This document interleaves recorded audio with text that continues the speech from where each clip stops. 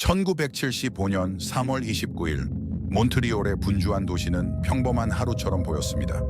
부활절 축제를 앞두고 있던 그 지역은 기대감으로 가득 차 있었습니다. 16살의 샤론 프라이어는 아침에 기쁨에 차서 깨어났고 축제 분위기에 푹 빠질 준비를 마쳤습니다. 그러나 그 부활절 오후는 불길한 방향으로 흘러가 그녀의 행방이 영원히 미궁계에 빠지게 되었습니다. 샤론의 친구들은 마리나 피자 가게에서 그녀를 간절히 기다리고 있었습니다. 시간이 흐르면서도 그녀는 약속된 장소에 도착하지 않았습니다. 밤이 되자 그녀의 존재는 사라졌고 수많은 의문과 두려움에 휩싸인 지역 사회가 남게 되었습니다. 오늘 우리는 샤론 프라이어의 실종 사건을 탐구하는 여정을 떠납니다.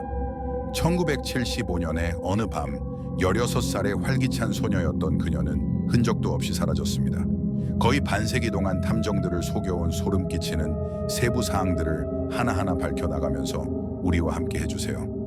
캐나다의 활기찬 도시 몬트리올은 생로랑 강변에 자리 잡고 있으며 9세기의 매력과 현대적 역동성이 독특하게 어우러져 사람들을 사로잡습니다. 170만 명 이상의 인구를 자랑하는 이 문화의 용광로는 다양성을 포용하고 다문화 유산을 기념합니다. 프랑스어와 영어가 조화롭게 공존하며 도시를 이중 언어의 화려한 모자이크로 그려냅니다.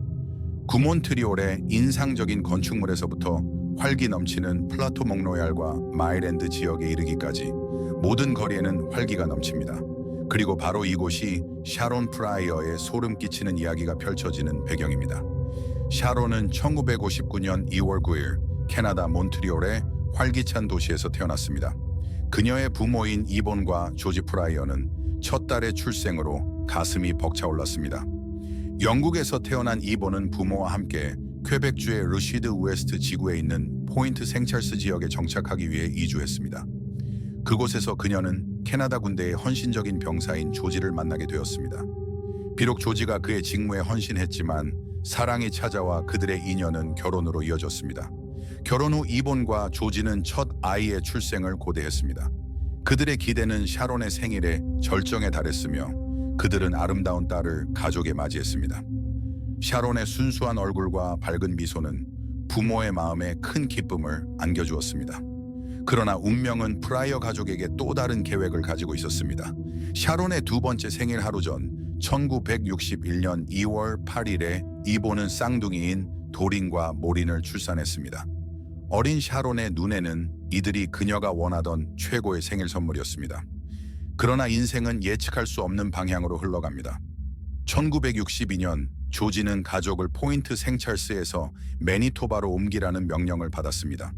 그곳에서 프라이어 가족은 가장 어린 아이인 조지 주니어를 맞이했습니다. 그러나 안타깝게도 때로는 가장 강한 유대감도 약해지기 마련입니다. 1965년 이본과 조지는 결국 이혼을 결심하게 되었습니다. 이본은 이제 단단한 싱글맘으로서 사랑하는 포인트 생찰스로 다시 돌아왔습니다. 이본이 포인트로 돌아간 선택은 우연이 아니었습니다. 그것은 사랑과 실용성에 기반한 의도적인 선택이었습니다. 저렴한 생활비와 밀접한 지역 사회를 자랑하는 이 동네는 그녀의 아이들이 번영할 수 있는 안전한 안식처를 약속했습니다. 어린 시절부터 샤론은 주변 세계에 대해 따뜻하고 다정한 성품을 보여주었습니다.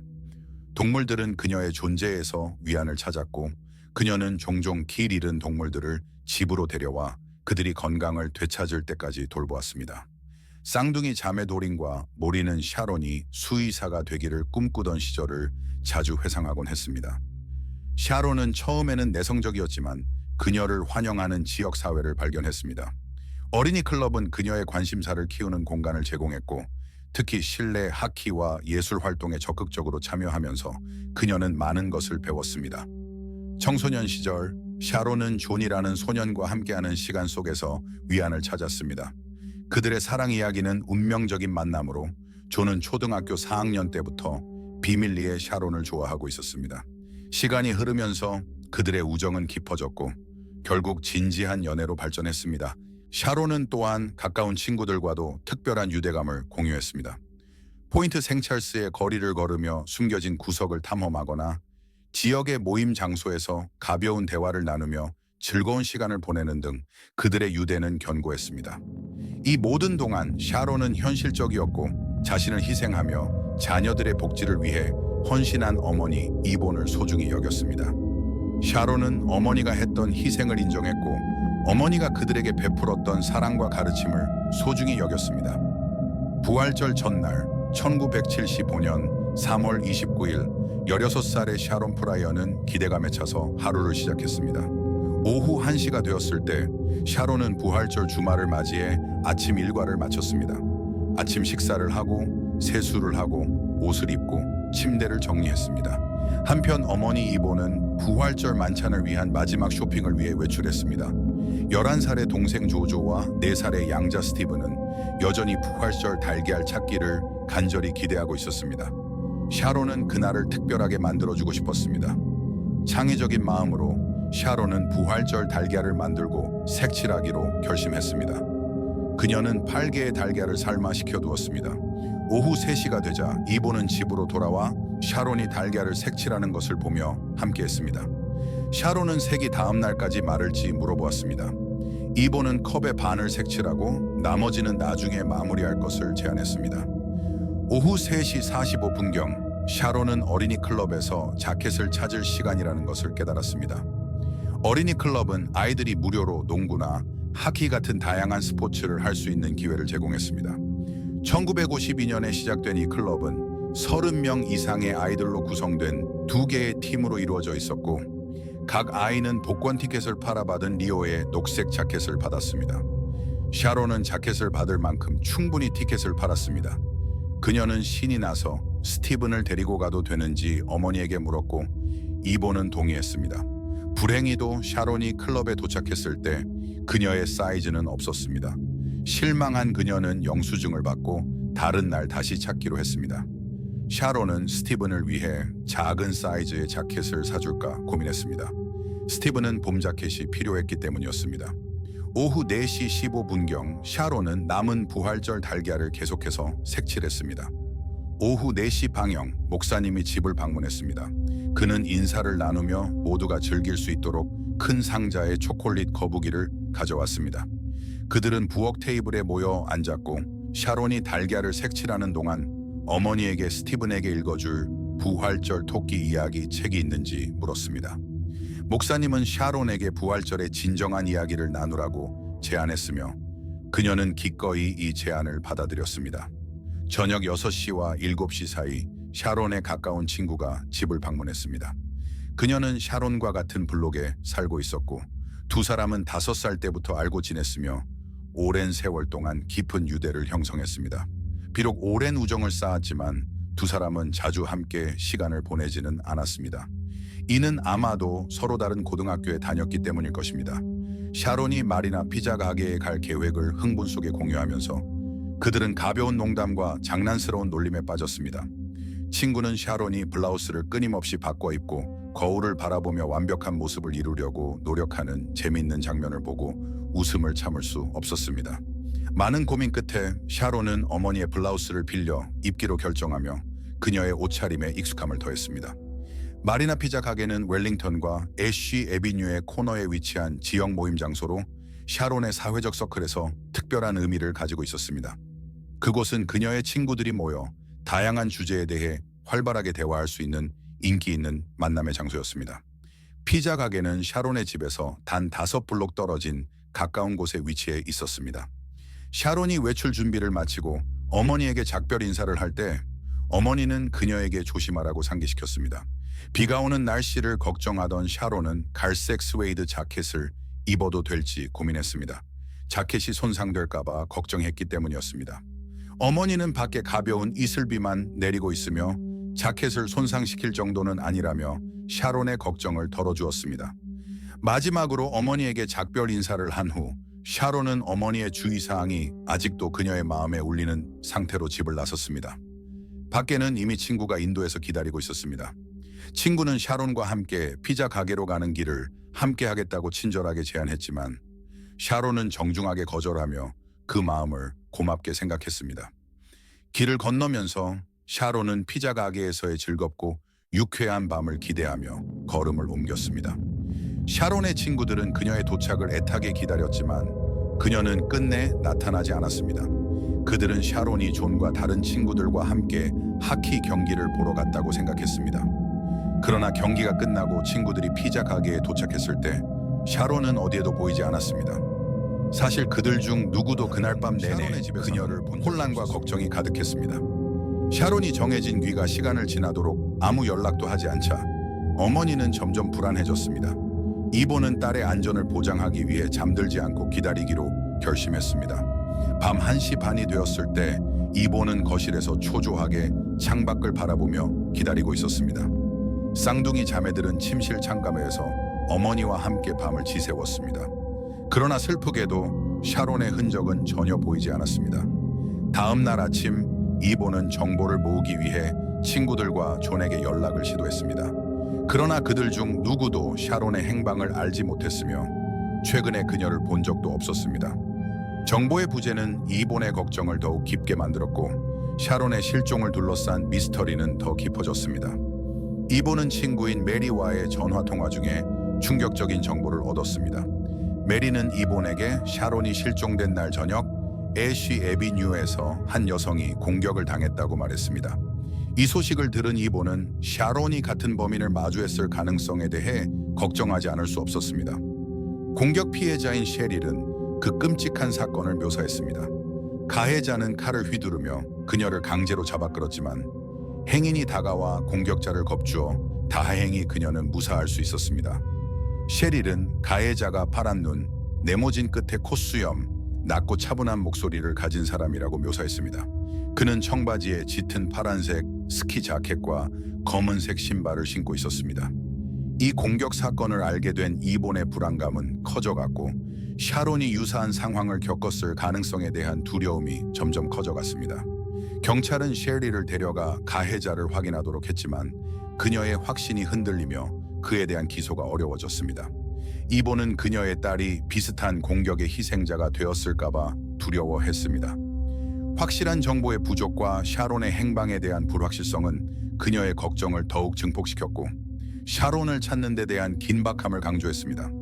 샤론을 찾기 위한 절박한 시도로 수백 명의 주민들이 거리를 돌아다니며 실종된 16살 소녀를 찾기 위한 대대적인 수색 작전이 시작되었습니다.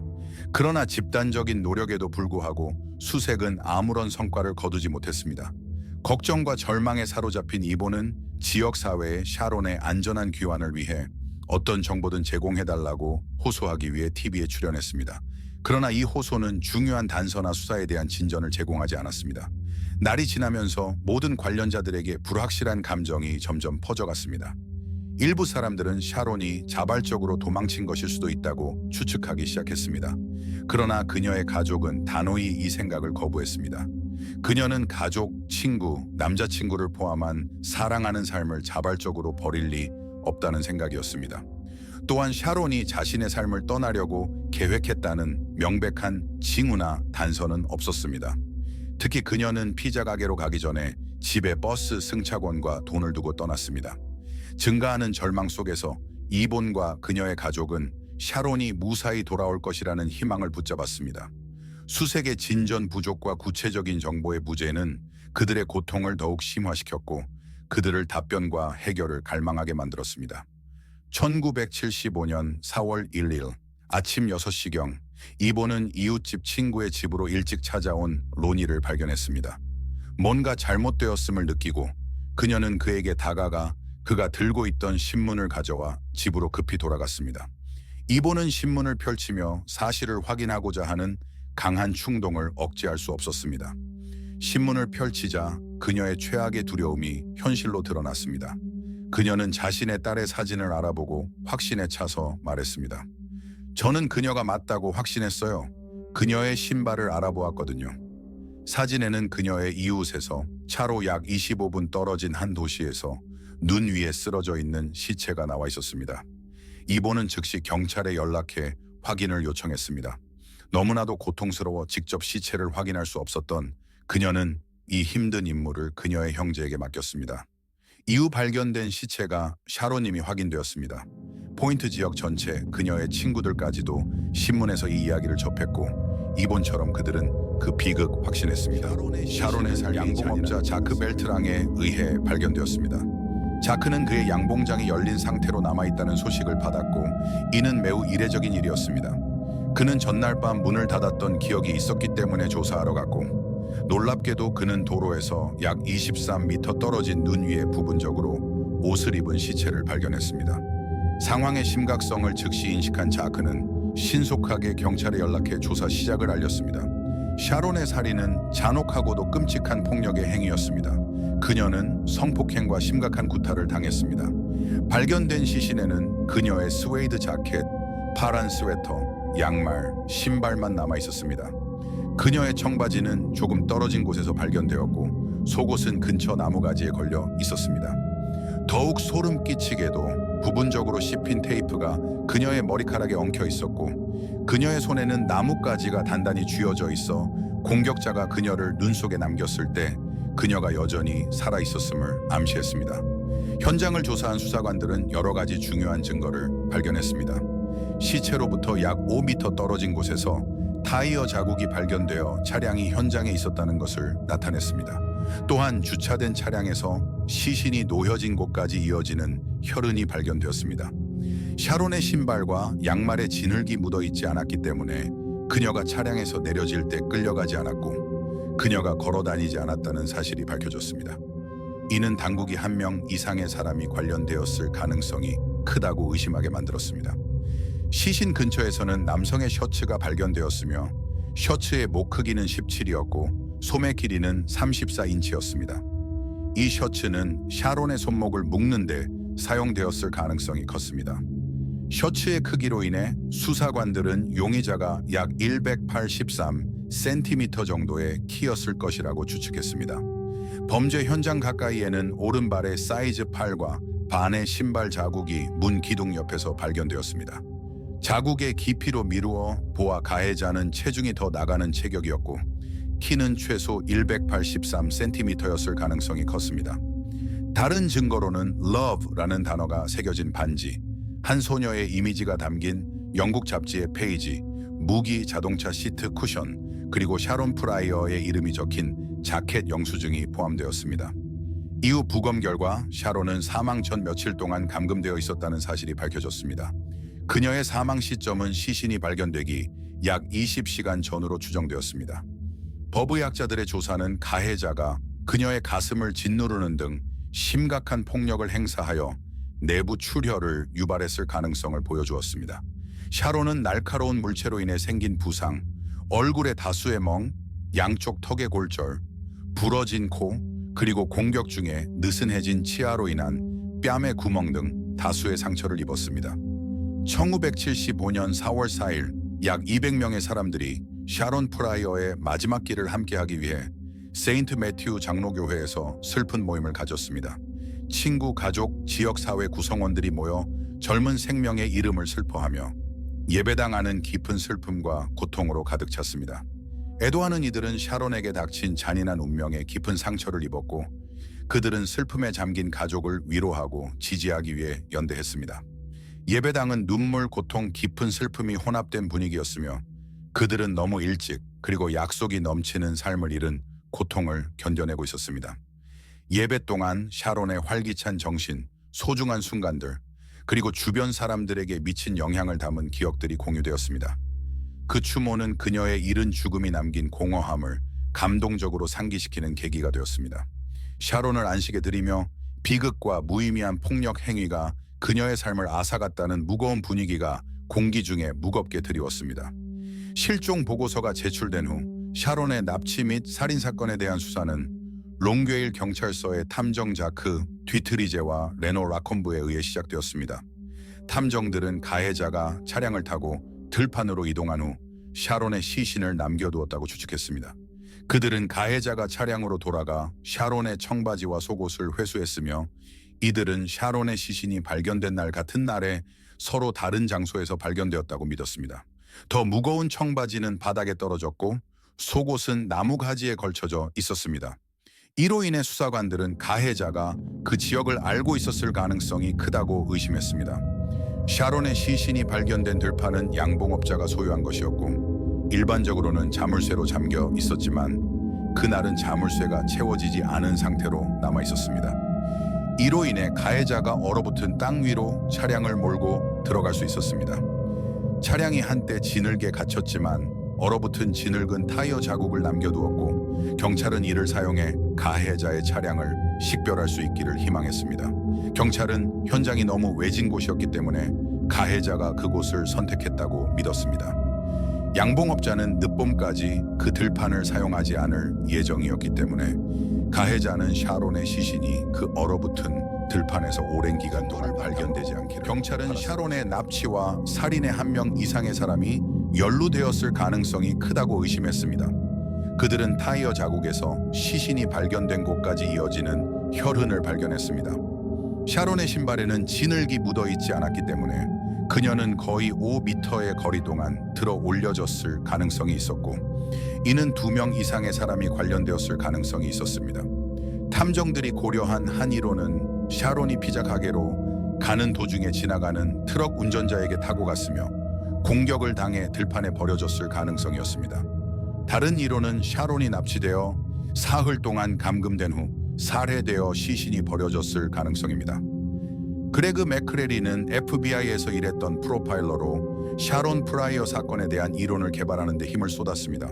맥크레리는 그의 분석을 통해 가해자에 대해 여러 가지 결론을 도출했습니다.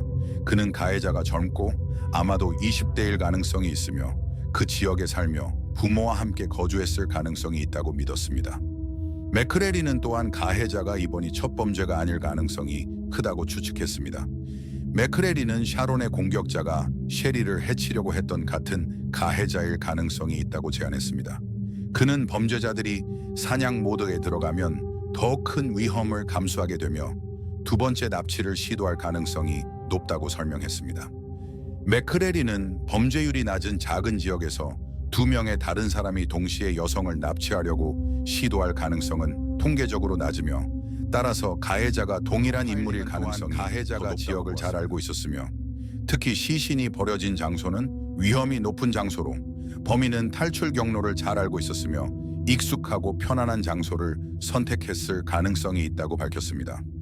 맥크레리는 또한 가해자가 피해자를 며칠 동안 감금하는 등 가해자의 행동에서 사디즘의 징후를 발견했습니다. 이 사디즘 패턴을 이해함으로써 용의자의 범위를 좁힐 수 있었습니다. 맥크레리는 사디스트들은 보통 자신의 사회적 서클 내에서 순종적인 희생자를 찾으려고 한다고 설명했습니다. 처음에는 특히 젊고 취약한 여성들에게 친절하고 매력적으로 보이지만 시간이 지남에 따라 점점 더 요구가 많아지고 통제력을 행사하며 모욕적이고 폭력적인 행동으로 전환됩니다. 순종적인 희생자가 더 이상 없을 때 그들은 성매매 여성이나 폭력적이거나 낯선 사람들로 눈을 돌릴 수 있습니다. 심지어 이러한 경로도 더 이상 통하지 않으면 그들은 낯선 사람들을 사냥하기 시작할 수 있습니다. 맥크레리는 경찰에게 가정폭력이나 성매매로 체포된 전력이 있는 사람들을 조사하라고 권고했으며 이들이 샤론의 살인범일 가능성이 있다고 언급했습니다. 그는 또한 셰리를 납치하려던 거리의 공격자가 칼을 사용해 폭력을 행사한 이유는 그가 고도의 대화 기술이 없었기 때문이라고 설명했습니다. 이는 가해자가 복잡한 속임수로 셰리를 조종할 수 없다는 것을 알고 있었으며 그 대신 폭력에 의존했다고 말합니다. 샤론의 얼굴에 남은 상처는 그녀의 가해자가 통제를 유지할 능력이 부족했음을 시사하며 폭력에 의존했음을 나타냅니다. 맥크레리는 납치가 낯선 사람에 의해 이루어진 것 같기 때문에 범죄자가 연쇄 범죄자로 분류될 가능성이 있다고 결론지었습니다. 이런 유형의 연쇄 살인범은 거의 자신의 활동을 중단하지 않기 때문에 범죄자를 정의에 맡기기 위해서는 적극적인 조사가 필요합니다. 샤론 프라이어의 끔찍한 살인을 조사하던 롱게일 경찰은 그녀의 비극적인 죽음이 다른 소녀들의 살인 사건과 관련이 있을 수 있다고 우려했습니다. 이 살인 사건 중 하나는 전년도 여름 샤토게이 근처의 한 들판에서 발견된 12살 노르마 오브라이언의 사건이었습니다. 노르마는 성폭행을 당하고 신체 훼손을 당했으며 샤론과 마찬가지로 질식사한 것으로 밝혀졌습니다. 약 1년 후 데비 피셔라는 14살 소녀의 실종 사건은 경찰의 우려를 더욱 고조시켰습니다. 데비는 삼촌 집에서 자신의 집으로 자전거를 타고 가던 중 사라졌으며 그 거리는 단 10분 거리였습니다. 그러나 그녀는 도착하지 않았고 경찰은 즉각 수사에 착수했습니다. 그녀의 실종 사건은 전년도 노르마 오브라이언이 실종된 장소 근처에서 발생했습니다. 비극적으로도 데비 피셔의 시신은 숲속에 버려진 차 안에서 발견되었습니다. 그녀는 돌로 무자비하게 구타당했습니다. 샤론 프라이어의 사건이 해결되지 않은 상태로 남아있는 동안 데비 피셔의 살인 사건에서는 수사가 진전을 이루었습니다. 경찰은 한 용의자를 체포할 수 있었으며 그 용의자는 피셔보다 몇 살 더 많은 미성년자였습니다. 언론 보도 금지로 인해 대중은 범인의 신원을 알 수 없었고 그는 단지 MX로 알려졌습니다. 그 범인은 수감 생활을 했으나 결국 석방되었습니다. 이 비극적인 사건들 간의 불안한 연결고리는 지역사회와 법집행기관 내에서 그 지역의 연쇄 살인범이 활동하고 있을 가능성에 대한 깊은 우려를 일으켰습니다. 샤론의 사건과 관련해 프랭크 테일리, 제리 무어로도 알려짐, 피자 가게 관리자 및 그와 관련된 여러 사람을 포함해 총 38명이 조사받았으나 경찰은 충분한 증거를 모으지 못해 아무도 기소할 수 없었습니다. 심지어 샤론의 가까운 친구들과 남자친구도 조사받았으나 이러한 조사에서는 아무런 진전이 없었습니다. 시간이 지나면서 단서들은 점차 사라졌고 정보는 들어오지 않았습니다. 수사관들이 모은 증거들에 대한 신뢰에도 불구하고 이 사건은 냉각되어 샤론의 살인은 해결되지 않은 채로 남아 있었습니다. 2000년 이보는 샤론 프라이어 사건에서 새로운 단서와 증거를 조사해 달라는 편지를 경찰에 보냈습니다. 이보는 기술 발전이 조사에 새로운 빛을 비출 수 있기를 바랐습니다. 그러나 일주일 후 그녀의 요청은 거부되었습니다. 경찰은 1995년에 대부분의 증거를 폐기했기 때문입니다. 이 소식은 이본에게 큰 상처를 안겼지만 그녀는 샤론의 옷을 찾기 위해 경찰에 계속해서 요청했습니다. 다행히도 그 옷은 보존되어 있었습니다. 샤론의 옷은 분석되었고 경찰은 샤론의 것이 아닌 DNA 경찰은 샤론이 감금되어 있었을 가능성이 있는 차고에 대한 단서를 얻었습니다. 그 차고는 아파트 건물 뒤에 위치해 있었고 경찰은 그곳에서 샤론의 DNA를 찾아 수사를 계속할 수 있기를 바랐습니다. 3개의 샘플이 수집되었으나 불행히도 그중 어느 것도 샤론의 DNA나 그녀의 살인범의 프로파일과 일치하지 않았습니다. 2012년 익명의 기부자가 보상금을 $10,000로 올리고 전용 전화선을 설치하면서 상황이 변화했습니다. 이 발전은 새로운 정보가 나왔을 가능성에 대해 대중들 사이에서 추측을 불러일으켰습니다. 또한 셰릴 로이를 구했던 여성에게 최면을 걸어 그날의 추가 세부 사항을 추출하려는 시도도 있었습니다.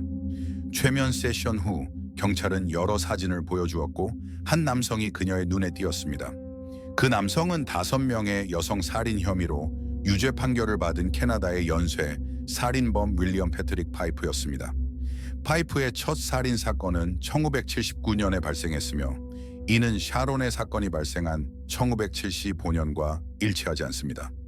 파이프와 샤론 프라이어 사건을 연결하는 증거는 없었으며 경찰이 파이프의 DNA를 비교하거나 철저히 조사했는지 여부도 분명하지 않습니다. 수년에 걸쳐 아마추어 수사관들은 샤론의 살인 사건을 다른 사건들과 연결하려 했으며 일부는 가짜 자백을 하기도 했습니다.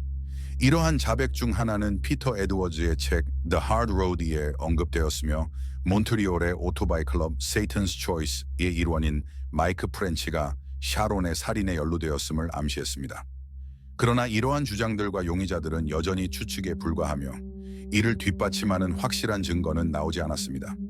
세월이 흘러도 샤론 프라이어 사건은 여전히 해결되지 않았고 그녀의 가족과 지역 사회는 답을 찾고 마침내 사건을 해결하기를 원하고 있었습니다. 2019년 7월과 8월 사이 범죄 현장에서 발견된 용의자의 DNA 샘플, 샤론 프라이어의 옷에서 채취된 샘플 등이 버지니아주 레스톤에 본사를 둔 파라본 나노랩스로 보내졌습니다. 이 회사는 나노 약물을 개발하고 법집행기관에 DNA 표현형 분석 서비스를 제공하는 곳입니다. 이 샘플을 통해 예측된 결과는 밝은 피부 또는 매우 밝은 피부를 가진 남성, 녹색 또는 개암색 눈, 갈색 머리, 죽은 개가 있는 남성으로 나타났습니다. 그 후 2022년 6월 8일 몬트리올의 한 연구소에서 용의자의 DNA를 분석한 결과 로마인 또는 로만이라는 우선적인 성을 가진 사람을 식별할 수 있었습니다. 프랭클린 로마인 그는 1970년대에 몬트리올과 롱게일에서 살았던 사람으로 유력한 용의자로 떠올랐습니다. 범죄 현장에서 발견된 타이어 자국은 몬트리올에 등록된 로마인의 차량과 일치했습니다. 프랭클린 메이드 로마인은 미국에서 광범위한 범죄 기록을 가지고 있었으며 몬트리올 경찰과도 여러 차례 접촉한 적이 있었습니다. 그의 2명의 살아있는 형제로부터 경찰은 DNA 샘플을 받았으며 두 형제는 모두 경찰에 로마인이 샤론을 살해했을 가능성이 있다고 믿었습니다. 가족 사진에서는 로마인이 키가 크고 갈색에서 붉은색의 머리카락과 콧수염을 가진 남성으로 나타났습니다. 불행히도 로마인은 1982년에 캐나다에서 사망하였으며 웨스트 버지니아에 묻혔습니다. 경찰은 로마인이 샤론 프라이어 사건의 용의자일 가능성이 높다고 강력히 믿고 있습니다. 그는 범죄 당시 몬트리올에 거주했으며 납치 현장을 알고 있었고 목격자의 증언과 일치했습니다. 또한 DNA 분석 결과 범죄 현장에서 발견된 DNA와 로마인 가족 간의 프라이어가 실종된 곳 근처에서 셰릴 로이를 칼로 위협해 납치하려 했던 남성의 묘사와 일치했습니다. 법원에 제출된 문서에는 로마인의 형제 중 한 명이 로마인이 자신의 아내를 성폭행하려 시도했다고 자백한 내용이 밝혀졌습니다. 로마인 가족의 DNA 분석 결과 범죄 현장에서 발견된 DNA와의 연관성이 높은 것으로 나타났습니다. 로마인과의 연결을 조사하기 위해 그의 시신은 법원의 승인을 받아 그의 여동생과 2명의 형제가 종교적 신념을 이유로 반대했음에도 불구하고 발굴되었습니다. 2023년 5월 8일 로마인의 유골에서 채취된 DNA는 몬트리올의 한 연구소에서 분석 중이었으며 그 결과는 2023년 5월 22일경에 나올 것으로 예상되었습니다. 새로운 용의자인 프랭클린 로마인은 이전에 샤론 프라이어 살인사건과 관련하여 조사된 100명 이상의 사람들 중 포함되지 않았습니다. 로마인이 용의자로 확인된 것은 프라이어 가족의 변호사인 마크 벨마레에게도 놀라운 일이었습니다. 그는 이 문제를 가족과 논의한 적이 없었으나 벨마레는 실종되었거나 살해된 사람들의 사건에서 추가 정보를 얻는 것이 중요하다고 강조했습니다. 또한 그는 이 새로운 발전이 프라이어 가족에게 약간의 위안을 줄 수 있기를 희망했습니다. 프랭클린 로마인과의 가능성이 있는 DNA 일치와 관련된 증거와 계속된 조사는 샤론 프라이어의 미해결 살인 사건에 대한 답변과 정의를 얻을 가능성을 높이고 있습니다. 샤론 프라이어의 친구들과 가족들은 그녀의 비극적인 살인 사건에 깊은 상처를 받았으며 그녀에 대한 생각과 기억을 나누었습니다. 샤론의 어머니 이본 프라이어는 여전히 포인트 생찰스 지역에 거주하고 있으며 친구를 통해 모든 어머니들에게 자신의 딸들을 돌보고 사랑하라는 강력한 메시지를 전달했습니다. 이본 프라이어는 언론과의 인터뷰에서 언젠가 범인을 찾아낼 것이라는 희망을 표현했습니다. 그녀는 샤론의 사랑스러운 성격에 대해 이야기하며 다음과 같이 말했습니다. 모두가 그녀를 좋아했어요. 그녀는 멋진 사람이었고 그녀를 곁에 두고 싶었죠. 샤론의 여동생 도린 프라이어는 그 상실에 대해 생각하며 샤론의 삶이 어떻게 되었을지 궁금해했습니다.